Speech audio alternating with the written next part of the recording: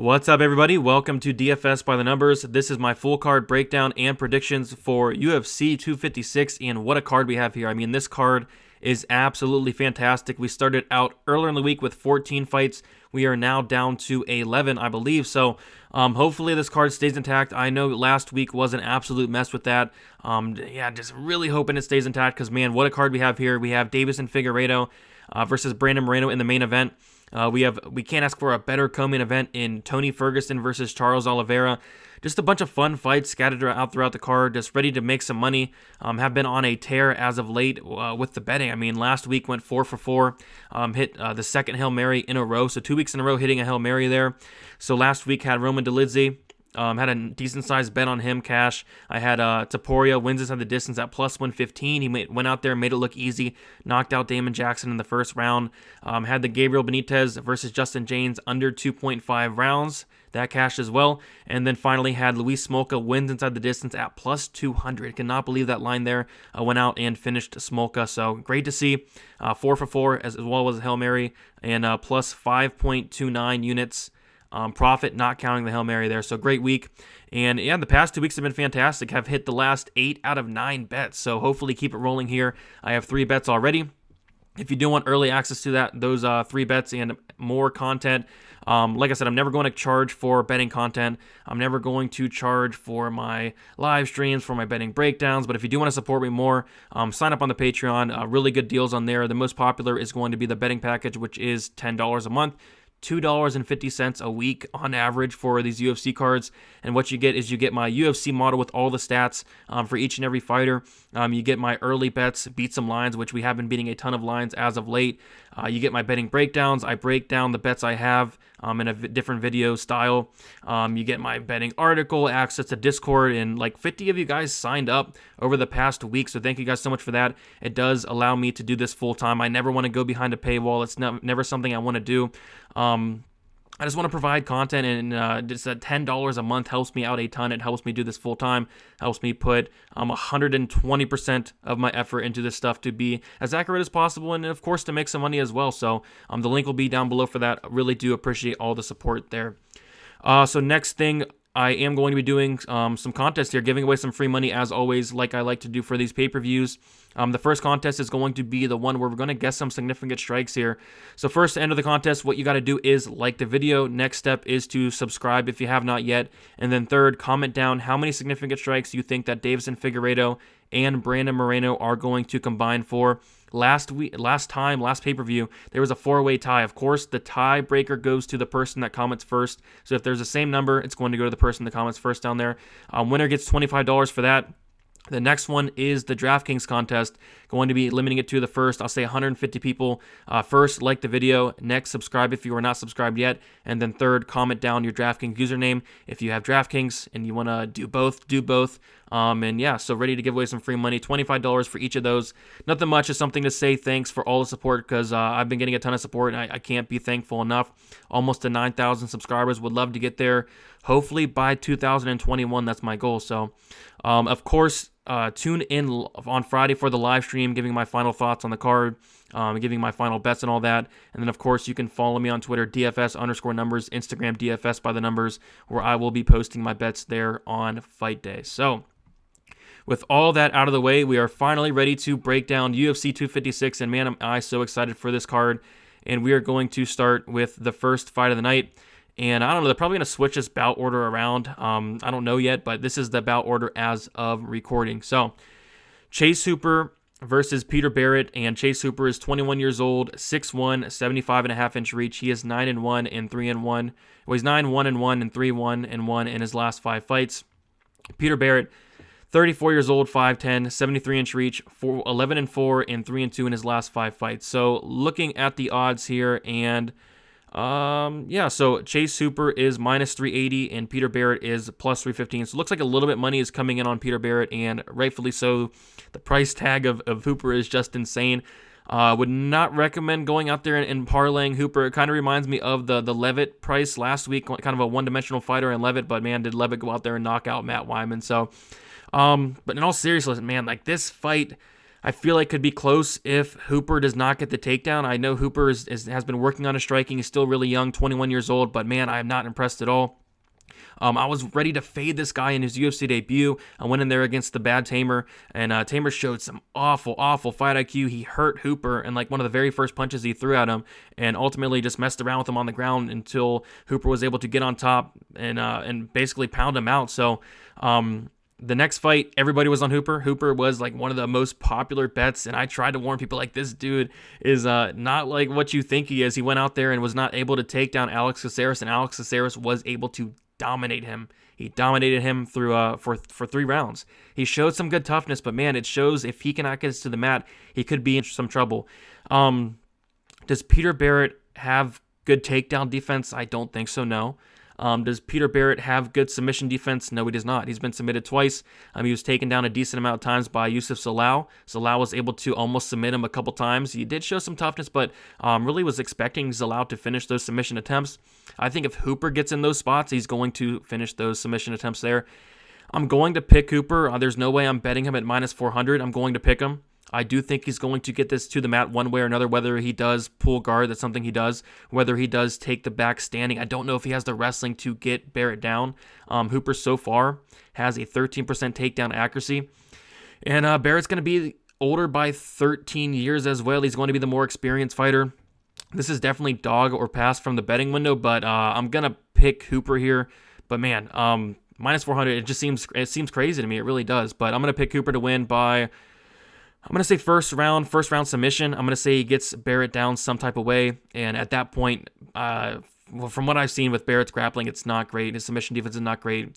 And Hooper probably does submit him. But just not something I'd touch. Maybe look at a prop or something.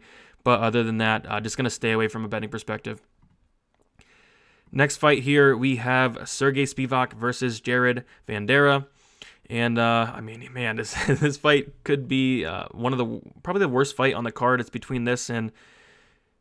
Yeah, this is probably the worst fight in the card. I mean, I like all fights, but this is probably the worst one. I think it's going to be okay, though. But Sergey Spivak, he's 25 years old, still young, still improving. He's 6'3", 78-inch reach, 11-2, and 3-2 in his last 5 fights. Jared Vanderaa, he is 28 years old, 6'4", 80-inch reach, 11-4. And then 4-1 in his last 5 fights. So taking a look at the odds, we have Sergey Spivak minus 235 and Vanderaa is plus 195. Kind of weird seeing Spivak as a decent sized favorite here. But yeah, I mean, I definitely think he's rightfully favored here. I think he should be probably around there. Just watching tape on Vanderaa, just very, very, very underwhelmed with him. I think he's very slow. I think he doesn't throw that much output. I'm just not impressed with him in general. I honestly think Spivak is the better striker. What I was looking for was the takedown defense of Vanderaa.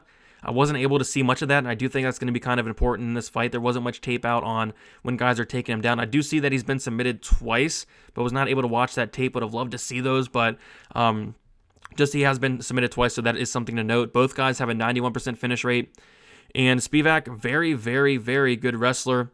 Especially for the heavyweight division, averaging about 3.5 takedowns per 50 minutes with a 56% takedown accuracy. He was able to get takedowns in his last fight against Carlos Felipe. He was able to dominate him in that 3rd round, was able to get him out of there, and he was also able to take down, I believe it was Tai Tuivasa a couple fights ago, and ultimately ended up submitting him as well. So I actually think Spivak's pretty solid. I think a lot of people hate on the guy. I don't know what it is, maybe because he got knocked out by Walt Harris in 20 seconds. Other than that, he's shown some decent stuff, so I do think he's the better all-around fighter here. I think he's the better fighter in general. I think he can win it on the feet. I think he can get takedowns and get some ground and pound, maybe find a sub as well. And I'm going to take Sergey Spivak to win inside the distance. I want to say 2nd round submission. I think he's going to get it done by 2nd round submission here. Give Vanderaa his 3rd submission loss on his record. And yeah, I like Spivak. I don't know if I'd touch the minus 230, whatever it is personally, but I do think he's going to get it done here against Vanderaa. Just very, very underwhelmed from what I saw. So up next, we have a fight that was just recently added, and it's Tecia Torres versus Sam Hughes. And Torres, she is 31 years old, 5'1", 61-inch reach, 11-5, and 1-4 in her last 5 fights. Sam Hughes, she is 28 years old, 5'5", 64.5-inch reach, 5-1, and 4-1 in the last 5 fights. I do got to watch tape on this one, so I'll talk about it more on Friday, but I wanted to get this video out as early as possible, so didn't want to dig in too much, but I did watch some tape on Sam Hughes, and I do think that Torres is going to have a massive speed advantage. I really do. I think she's going to have a volume advantage as well.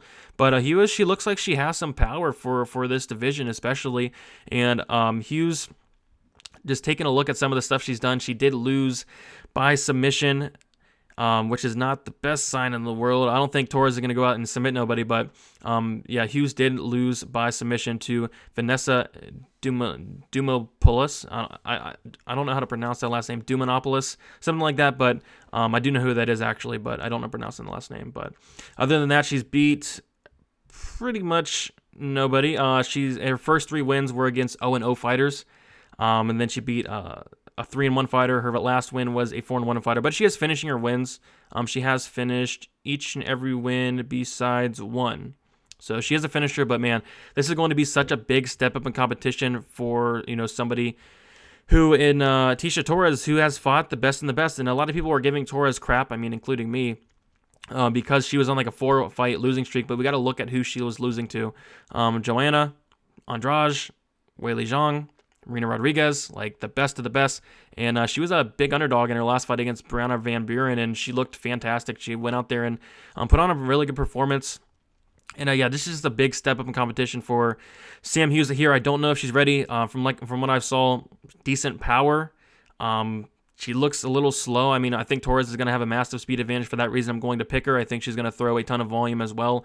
This fight probably plays out on the feet as well. I don't think Hughes has that great of wrestling from what I saw, but like I said, I only watched a couple fights. I probably need to dig in a little bit more. But I'm going to take Torres to win here by decision. She's not finishing nobody. Torres has an 8% finishing rate, or that one win coming by submission. But give me Torres by decision here.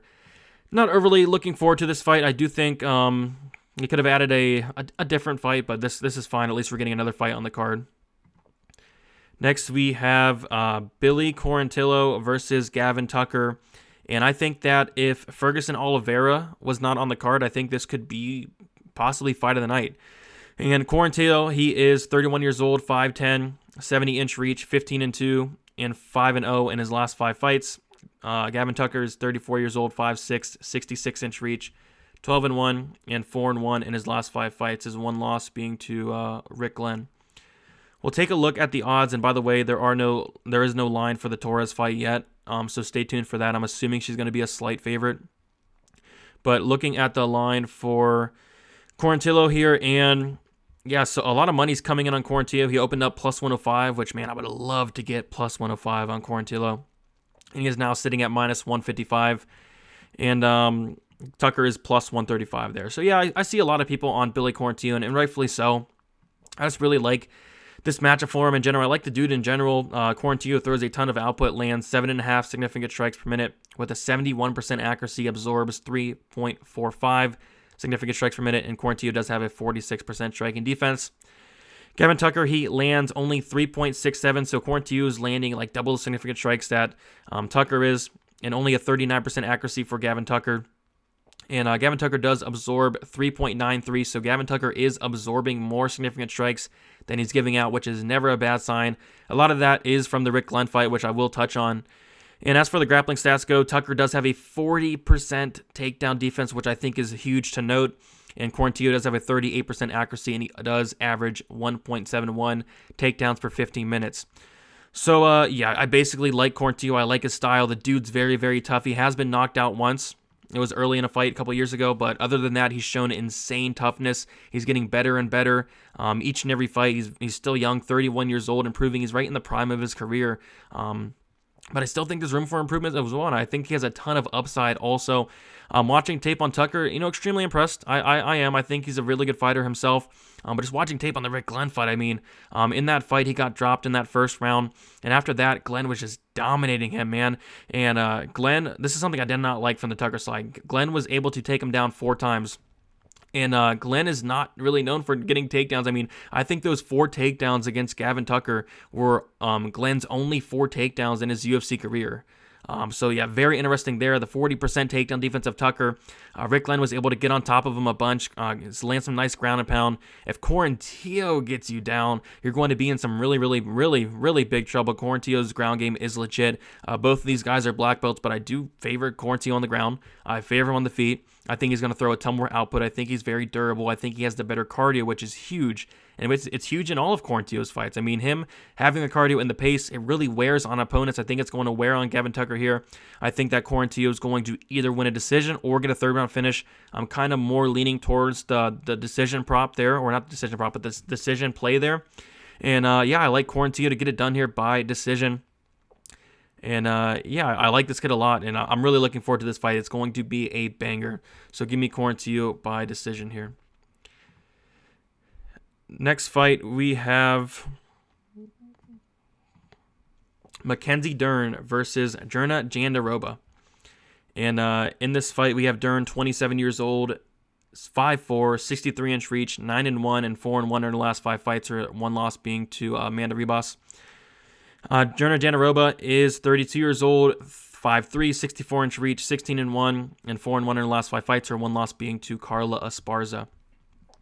And we'll take a look at the odds, and I don't want to say I'm shocked, but I'm kind of surprised, I guess.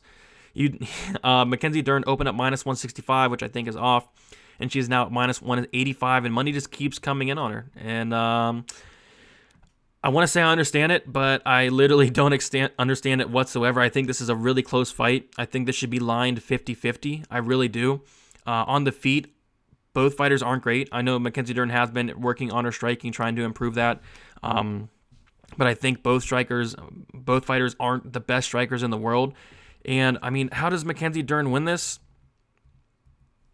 I mean, maybe it's really close on the feet. Maybe she edges out a close decision if this does stay on the feet for 50 minutes.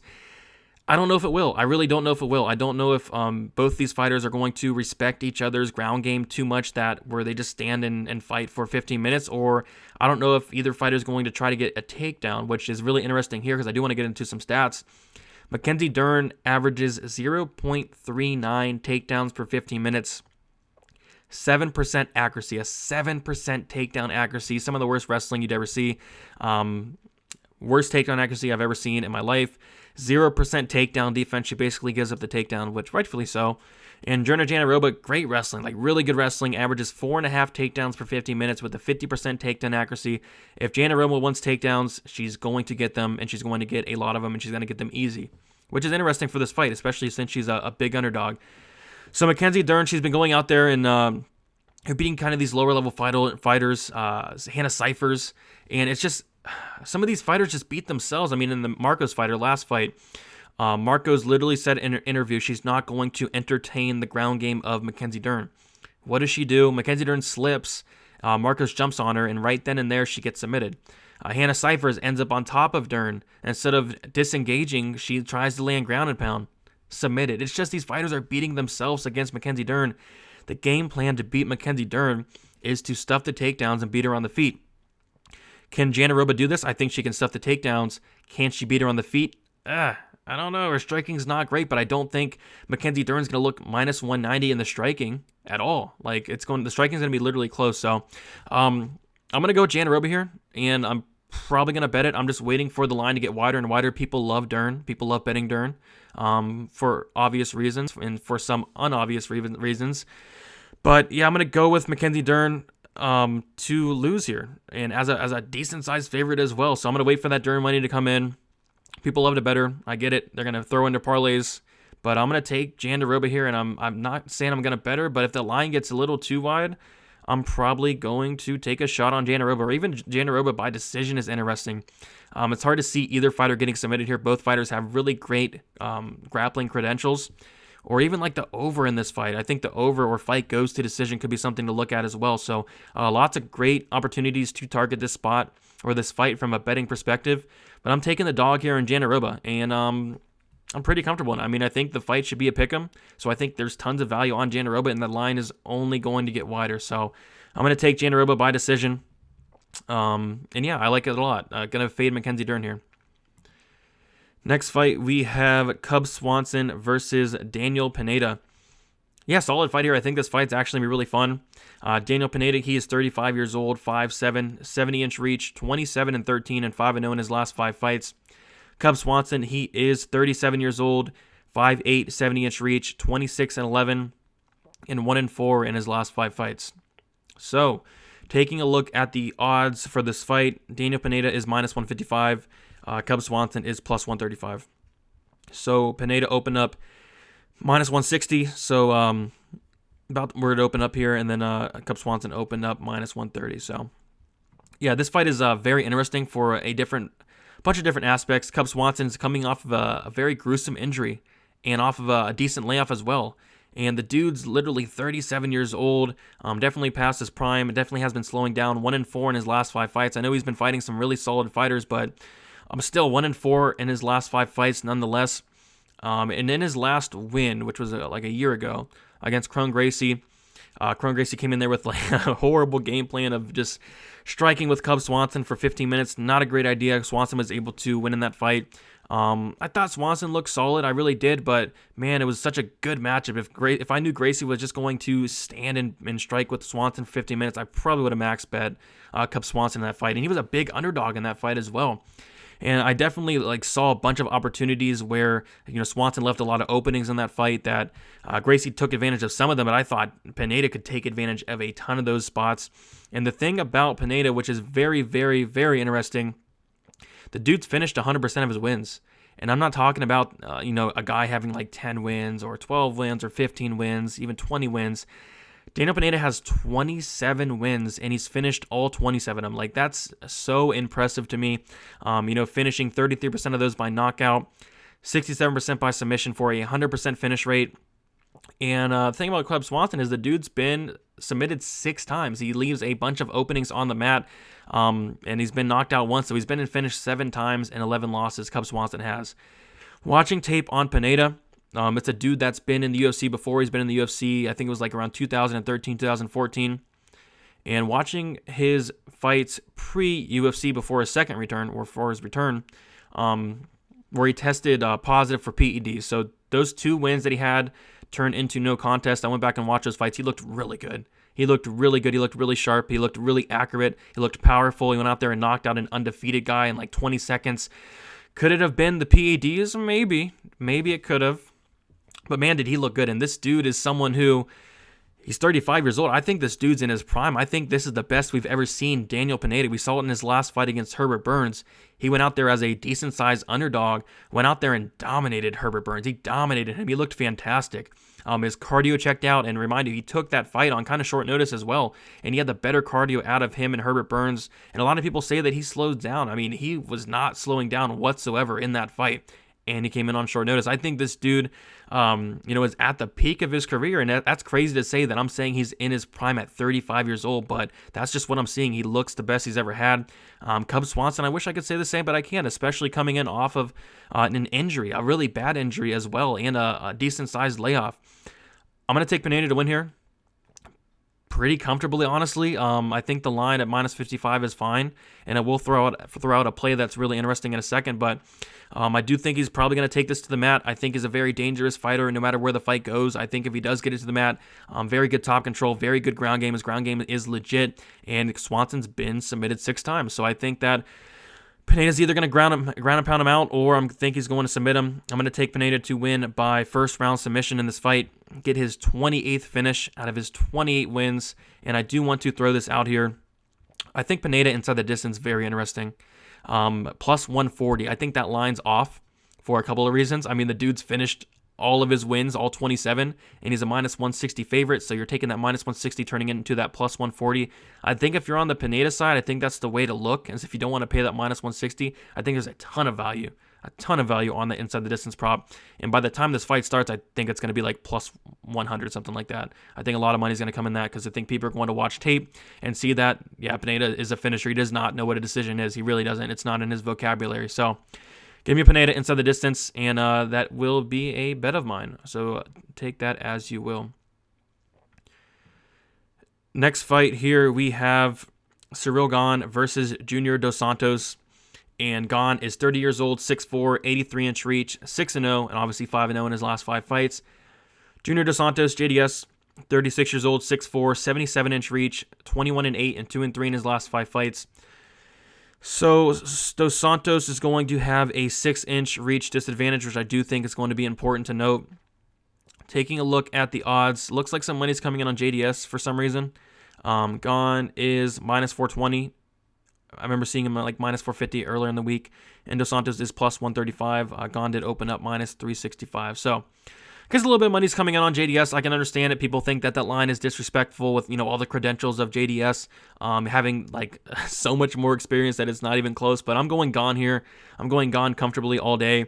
I've been fading JDS's chin the past couple fights, and it's been working out fantastically. I've been making a ton of money doing so.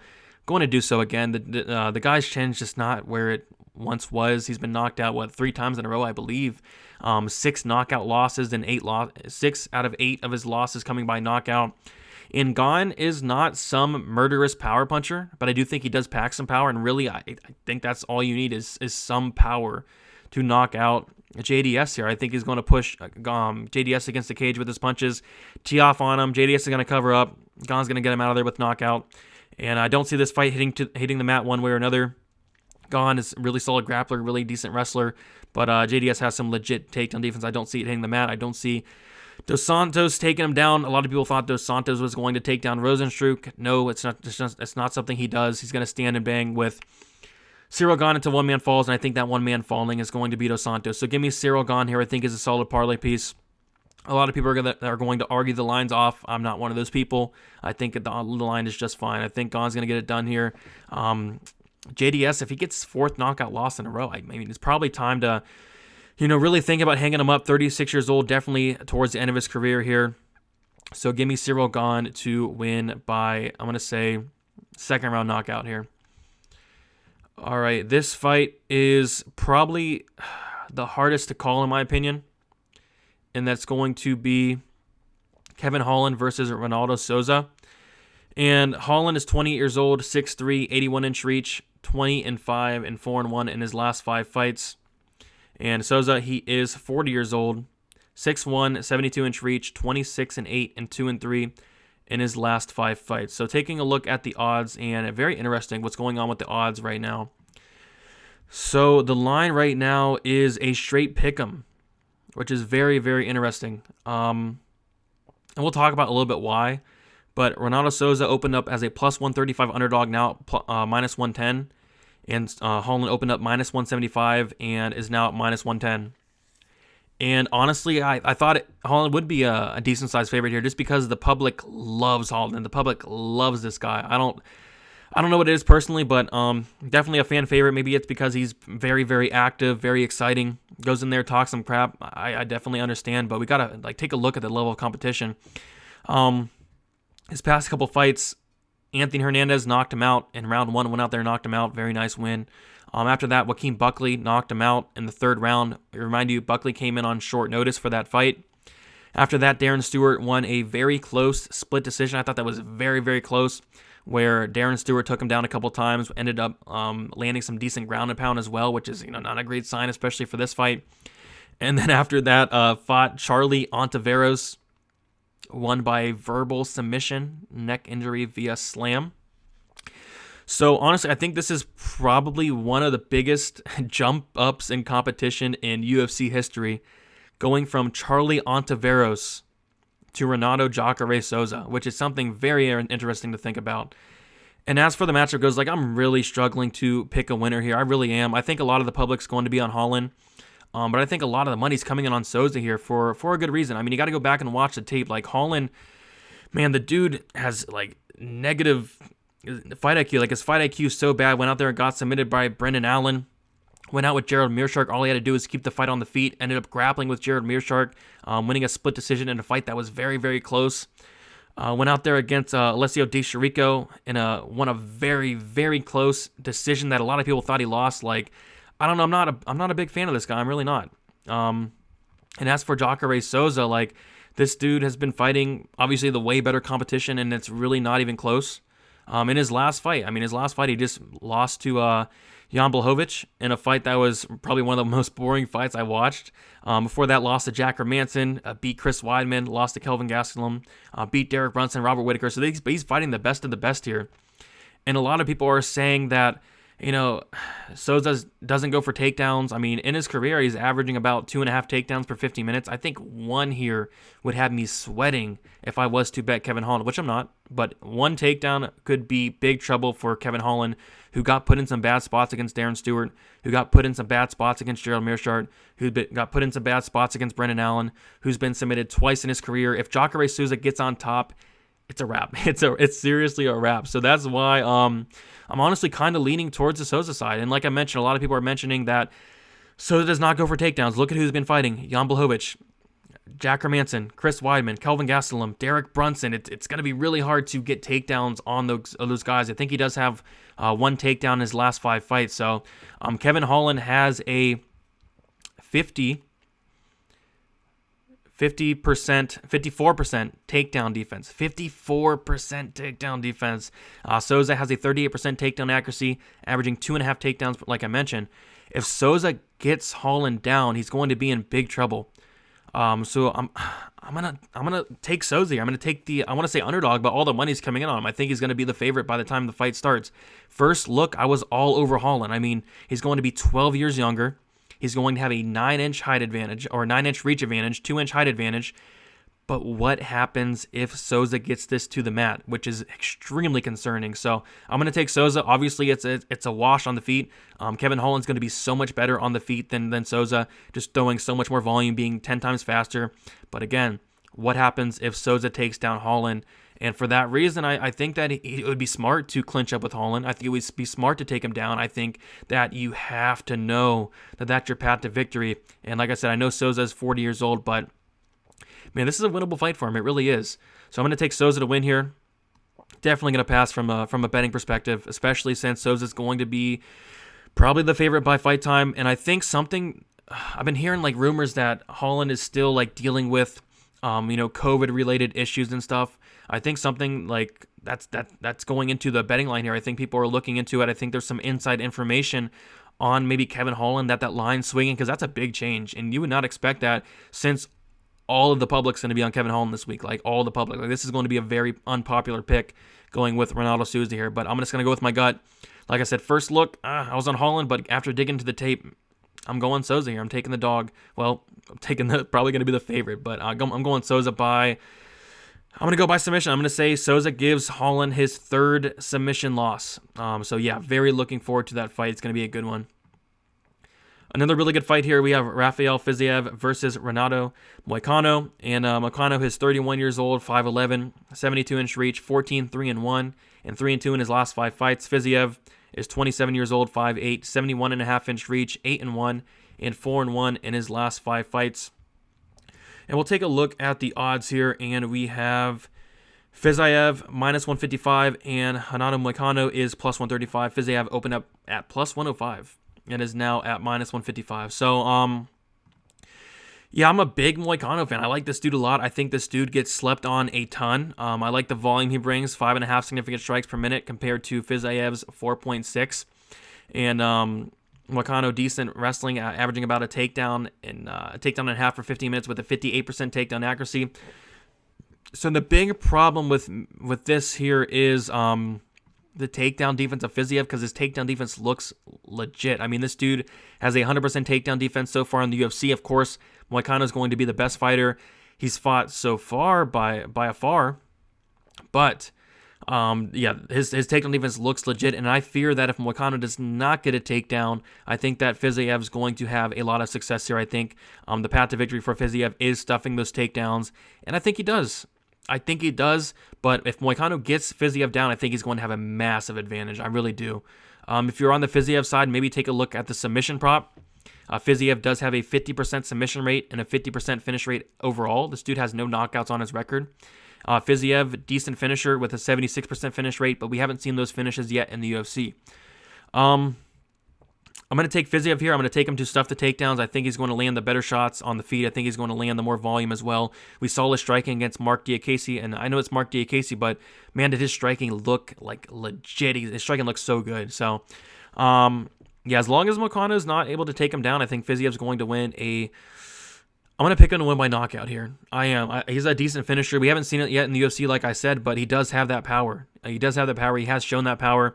63% knockout rate by Fiziev, 13% submission for a 76% finish rate overall. And we have seen Moicano knocked out twice, and we have seen him submitted once as well. So Moicano has been finished in all three of his losses. All three of his losses, and 2 of those being by knockout. So I'm going to take Fiziev to win inside the distance. I'm going to say second round knockout for Fiziev here. But yeah, I'm not digging the minus 155, minus 160, honestly. So probably going to stay away from that. I guess you can say there is value on Moicano. I think it could be semi-close until there is a finish on either side. But yeah, give me Fiziev to get it done here by knockout. All right, here. Now we have the people's main event, like the legit people's main event. I am so looking forward to this fight. I've been looking forward to it as soon as it was announced. I couldn't believe it. Like, this is fight of the year candidate, in my opinion. It's going to be one of the best fights of the year. Hopefully it delivers, because on paper, man, is this fight very good. And getting into it a little bit, Tony Ferguson, 36 years old, 5'11", 76-inch reach, 25-4, and 4-1 in his last 5 fights. Charles Oliveira, 31 years old, 5'10", 74-inch reach, 29-8, and 5-0 in his last 5 fights. He's been on a tear. Both guys have been on a tear. Oliveira is plus 150. Ferguson is minus 170. So a lot of money coming in on Ferguson. Wow. Ferguson did open up minus 185. The line dropped down a ton to minus 120. And the line's been getting wider and wider since to minus 170 currently. So, well, yeah, looks like a lot of love for Tony Ferguson. Yeah, so this should be a really good fight. Just taking a look at some of the competition that each guy's been fighting. I think both guys have been fighting a decent amount of great competition, especially on the Ferguson side. Guys like Charles Oliveira's been fighting as of late. Kevin Lee, really good win there. But before that, Jared Gordon, Nick Lentz, David Tamor, Jim Miller, Christos Giagos. Like, not the best level of competition before that. He's been fighting some really good guys, but as of late, like, not the most impressive competition, but he has been like making easy work out of him, finishing all of those wins that I just mentioned. And he's on a, let's see, 1, 2, 3, 4, 5, 6, 7 fight win streak. His last loss coming to Paul Felder. So he has been making a massive amount of improvements. And that's why this fight's so tough to call. I mean, Oliveira, once known as a extremely dangerous grappler, and he still is, don't get me wrong, but wasn't really known for that striking whatsoever. His striking's getting better and better, and his striking looks really good, actually. So the dude's 31 years old, right in his prime. Tony Ferguson, 36 years old, coming off of a terrible, terrible, terrible beating from Justin Gaethje. And people forget that Ferguson was on a 12-fight winning streak before that Ferguson lost. People are forgetting that. But yeah, that was a beating. So how does that affect Ferguson? I mean, it really makes you think. But man, I think this is a good stylistic matchup for Ferguson, as long as the beating he took from Gaethje really doesn't do something crazy to him. I mean, he's 36 years old, definitely towards the end of his career here. I'm going to take Ferguson. I'm going to take Ferguson to get it done. I think he's going to be throwing the more output on the feet. I do think he's a better striker. If it does hit the mat, it's going to get very interesting, because I do think Oliveira is the better grappler. And that's not saying Tony Ferguson's the bad grappler. Tony Ferguson's fantastic. It's just Oliveira is on a completely different level when it comes to the grappling. Will he submit Tony Ferguson? I don't know. Ferguson has never been submitted. But man, just the pace of Ferguson, the amount of volume he uses, and he can just break guys down. And we have seen Oliveira breaking down before. I mean, Oliveira has been finished in 6 of his 7 losses, 3 coming by submission, 3 coming by knockout. He has had cardio problems in the past. Cardio's looked a little bit decent. He looked good against Kevin Lee. But man, if Ferguson, with the pace he brings, I don't know if his cardio is going to last much in that fight. And remind you that Oliveira's coming in on what, like 3.5 weeks notice, 3 weeks notice here, which is something interesting to note as well. So I'm going Ferguson here. A lot of question marks in this fight, coming off of that beating with Justin Gaethje, and the question mark of Oliveira looking the best he's ever had. And Oliveira, 94% finish rate. Ferguson's been knocked out only once, and that was to Justin Gaethje. And yeah, it's just hard. I mean, it's hard to see Oliveira finishing someone as tough as Ferguson, as someone as hard as to submit as Ferguson. For that reason, I'm going to go with Ferguson to get a 3rd round knockout win. I think he's going to just break Oliveira down as the fight goes on, land that pressure, or land that volume, land those strikes, pressure Oliveira. Hopefully stuff the takedowns if the fight does hit the mat, work his way back up to his feet, and get a third-round knockout win. Am I in love with the -170? No. But might take a look at the inside the distance prop. Might take a look at the under. I don't know whether it's set at the 1.5 or the 2.5. Haven't looked at it yet, but maybe if it's 2.5, maybe the under, because I do see this fight probably finishing one way or another, whether it is Oliveira early or whether it is Ferguson late. So Ferguson, third-round knockout, and man, am I looking forward to this fight. I like both guys a lot. I like Ferguson. I like Oliveira. Oliveira is somebody I've been very high on, and the dude's looked good. 7-fight win streak. Ferguson like 12-1 in his last 13 fights. Man, is this fight good. I'm looking forward to it. So now that we're done with the people's main event, how about the actual main event? And we have Deiveson Figueiredo versus Brandon Moreno. And yeah, a lot of people were doubting Deiveson Figueiredo's last fight against Alex Perez. Not a great idea. And Figueiredo, he is 32 years old, 5'5", 68-inch reach. He is 20-1. 5-0 in his last 5 fights. Brandon Moreno, he is 27 years old, 5'7", 70-inch reach, 18, 5-1, and 4-0-1 in his last 5 fights. Taking a look at the odds, Deiveson Figueiredo -300, Brandon Moreno +250, Figueiredo opened at -265. And yeah, I'm not going to get too much into the stats or anything. I think people sometimes make the mistake of getting into the stats of a Deiveson Figueiredo fight, because those stats literally do not matter. I mean, he absorbs more strikes than he dishes out. He gets 52% striking defense. His hands are lowered. He gets hit. He is hittable. But those stats, you just throw them out the window, because this dude hits like an absolute truck for the 125-pound division. I mean, so many paths to victory here for Figueiredo. Moreno is very tough. Moreno is very, very tough. He's never been finished in, 21 of his fights. Of course, he was finished in an exhibition match against Pantoja. I think it was on the Ultimate Fighter. He was submitted in that fight, but, in his pro career, I mean, he's never been finished, so got to give him credit there. Very tough, never been knocked out. But man, everybody's durable until they fight Deiveson Figueiredo. I don't care about how much durability somebody has. A lot of people were saying Benavidez was durable. You know what I mean? Deiveson Figueiredo just has a different type of power for this 125 weight class. And I'm definitely going with Figueiredo here. I'm definitely not picking against him, and I'm probably not picking against him soon. And it's weird to say that, because Brandon Moreno is literally one of my favorite fighters in the UFC. I've seen massive jumps in improvement with this guy each and every time, and I do think he's going to get better and better and better. He's only 27 years old as well. And I was very high on him against Brandon Royval. Went out there and finished Brandon Royval, somebody who everybody was extremely high on, and I still am. I think Brandon Royval is a very good prospect, but man, Brandon Moreno made quick work of him. Of course, there was an injury in that fight to end it, but still was able to get him out there in the first round nonetheless. Looked really good in that fight. But yeah, as far as this goes, I'm going to take Figueiredo to win by first round knockout. I'm going to say he's going to finish Moreno, be the first one to knock him out. Multiple paths to victory, like I mentioned. Whether Moreno wants to shoot in on some takedowns, I mean, we saw what happened with Alex Perez in that. Whether he wants to stand and bang with Figueiredo, which I think a lot of that fight is going to play out that way. That's just the style of Brandon Moreno. He's a brawler. And at that point, he's playing right into the game plan of Deiveson Figueiredo. Factor in the small cage.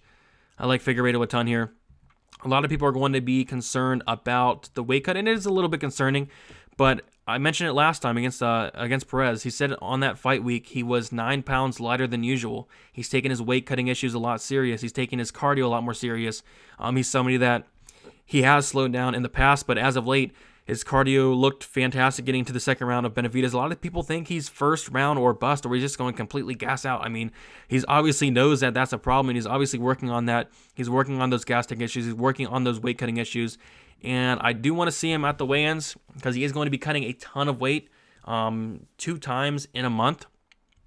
So something to look at there. But if he looks good on the scales, I might probably play him inside the distance. It's hard to see Moreno lasting 25 minutes with a killer like Figueiredo, and I'm just all over Figueiredo here, man. I really do like him to win. I don't think he's going to lose for a decent amount of time, a decent amount of fights. So give me Figueiredo here inside the distance. I'm going to say first round knockout. And that's about it. Just to quickly recap on the fights here, or my picks. We have Deiveson Figueiredo, Tony Ferguson, Raphael Fiziev, Ronaldo Souza. Probably going to get some crap about that.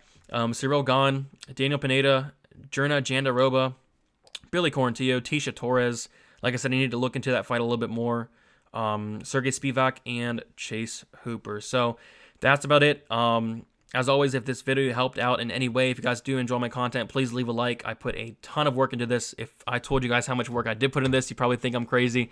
But I spend like hours and hours and hours watching tape, looking at the stats, creating my model, getting content out there. And yeah, just a little like goes a long way. Hitting the subscribe button does go a long way. I'm trying to get that 9,000 subscriber mark, hopefully by 2021.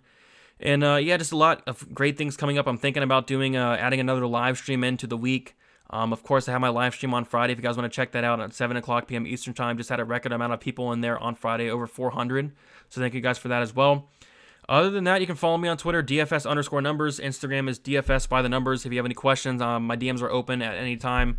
But the best way to reach me is getting in the Discord. I mean, signing up on the Patreon, it does help me a lot. Like I mentioned, $10 a month is the most popular package. A lot of people are signing up for that. It's the betting package with, like I mentioned, my stat model, my bets, getting them out early, my betting breakdown videos. If you want extra content, my betting article, access to Discord, and a ton of people in that Discord. Very active chat as well. We talk fights on fight day. We talk on fight week. We talk all the time. So come join the community. Over 240 members are around there as of now. Would love to get to that 250 mark by 2021 as well. That'd be a good milestone for me. So as always, thank you guys so much for the support. Comment down the significant strikes for Moreno plus Figgy, and then comment your DraftKings usernames. We're going to give out some free money this week. And yep, been on a roll as of late. Have hit the last 8 out of 9 bets. Have hit 2 Hail Marys in a row. And let's continue the success into UFC 256. I have 3 bets already. And yeah, ready to win some more on this card. So good luck, guys, and see you soon.